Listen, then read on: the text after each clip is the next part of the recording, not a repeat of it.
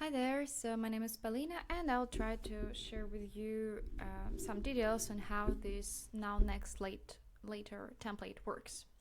So overall this framework is quite simple to use.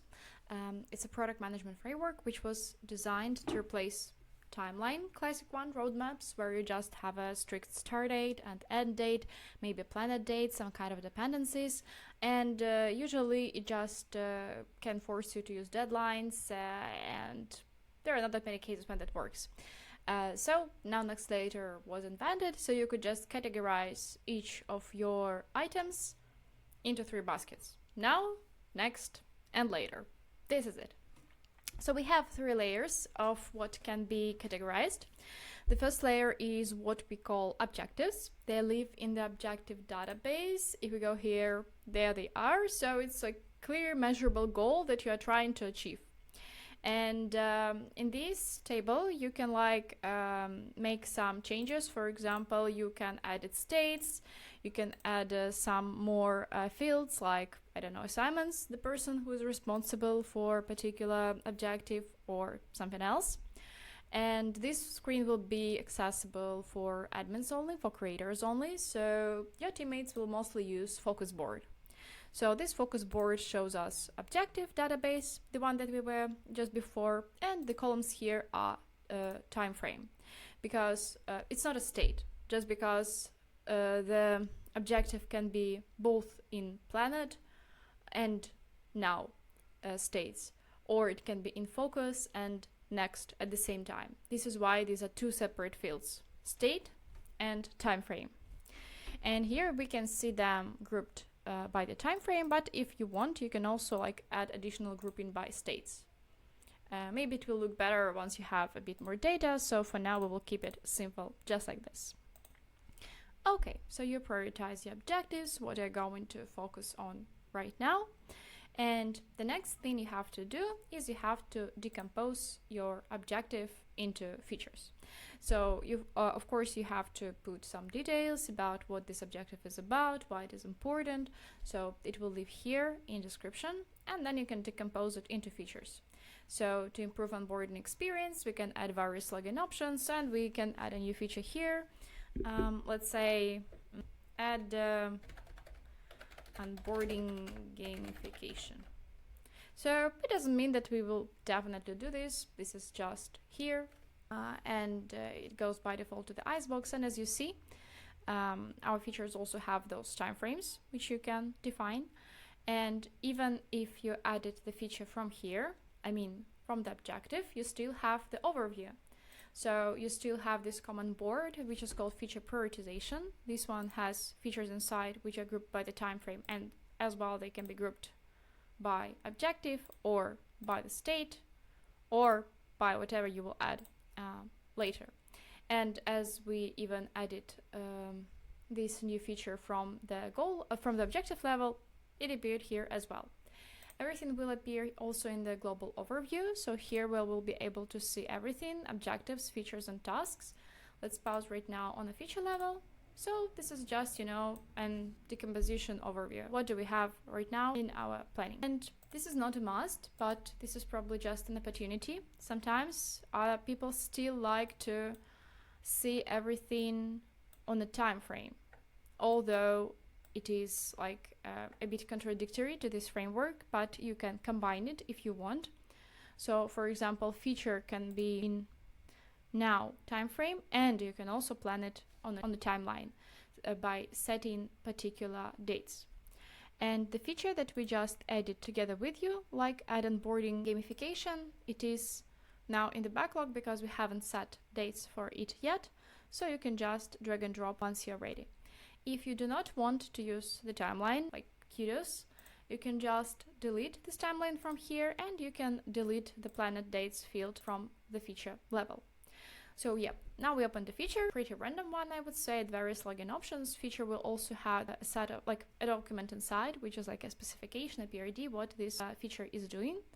And And there is also a possibility that you want to share the feature somewhere outside, like have a public roadmap. We have a particular template for that, but public description, which you can also share, I don't know, with your users in community, with your marketing team, maybe with your stakeholders, it can be generated with AI. So here you just, as you see, I created a custom prompt. You can replace it with your prompt instead.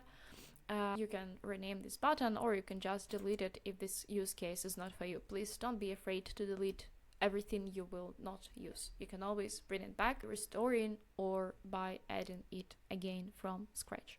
So this one just generated for us nice and clear overview. We have a specification. What do we have to do next? Yeah, we have to decompose feature into tasks.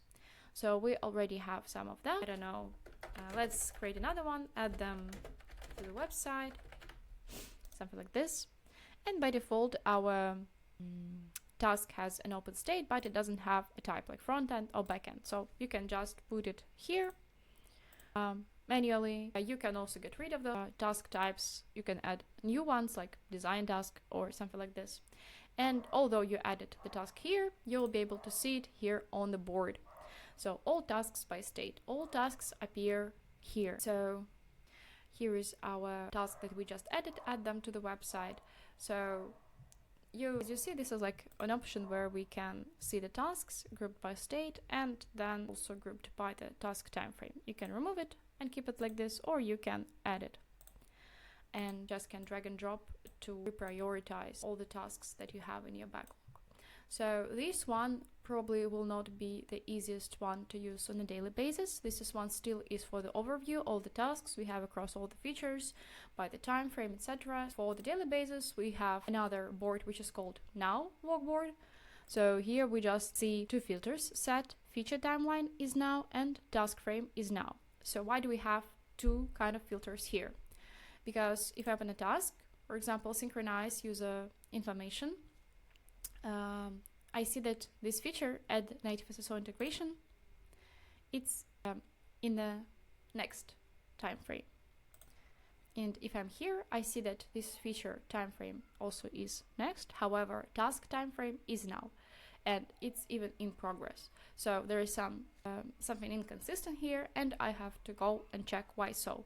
Because feature can be also in now state, and task itself can be not super very important, and it can be in a late basket. So yep, we will, because like we can have a very big scope for the feature, and we want to deliver 80% of our scope, which is quite enough, and everything else will be added later based on the feedback, for example. This is why task can have two types of the time frame as well. Yep, there we are. And there is the same like workboard, but one is called next. So you can see what we're going to work on now, what we're going to work on next. And on this board, you can drag and drop those between the time frames. If you want, you can also create another board where you say here my tasks by the task time frame and reprioritize them here. Like maybe let's even show the task here, the state. Yeah, or if you don't want, you can just delete it anytime, nothing will happen to your data. And here probably there is a chance that you want to communicate with stakeholders or with your managers, so they have to know what's going on. So in Viber it's possible to create dashboards. This one is pretty ugly because I made it, but I believe that you will make a better one.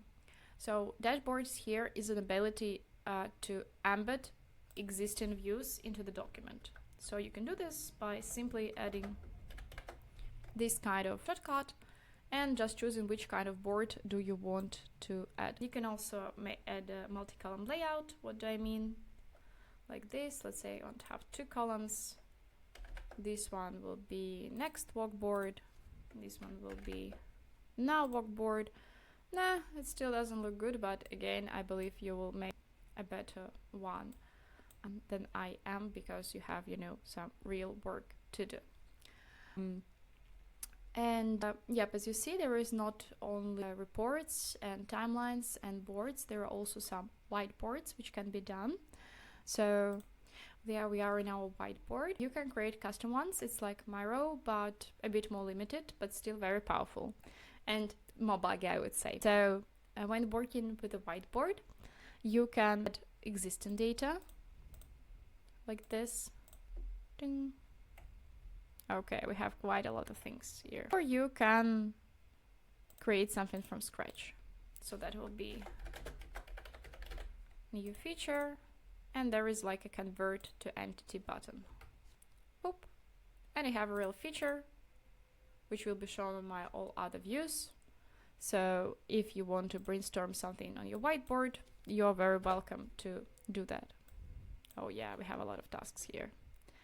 Yeah, and all the relations are shown. So yeah, you could just drag and drop, play around, and this is very good that this is a collaborative one. So you can invite your teammates to the same board, you can invite stakeholders, and we'll be able not just to see a static picture, but a dynamic one, open objectives and see the details.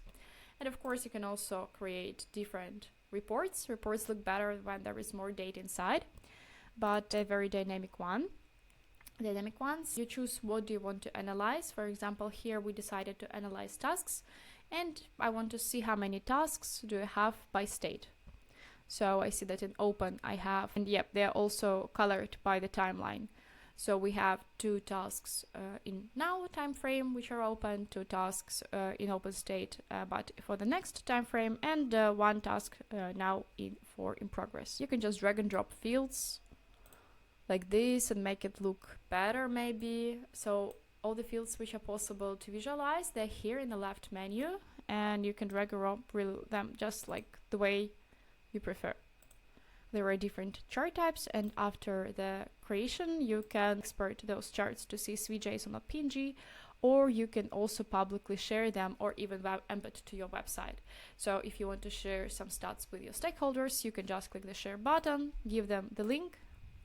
And what is also nice, that those reports, they are dynamically updated.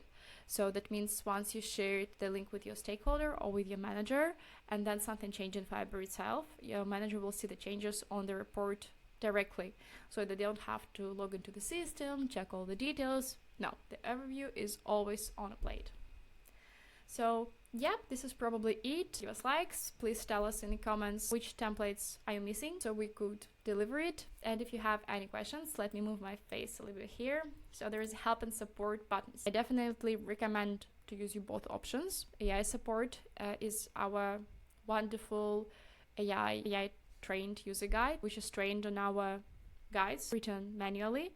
So you can ask their technical questions and it will try to answer you. Of course, it can hallucinate, as any AI guide, I believe, but it will give you links to the real educational, so you will be able to check it out. And human support includes our amazing customer success team, plus random CEO when he is getting bored, or our solution architect. So if you get stuck at any point, or you have a bug that you want to report, or you have a feature that you want to be delivered, please let us know. This is it. Thank you so much for the watching.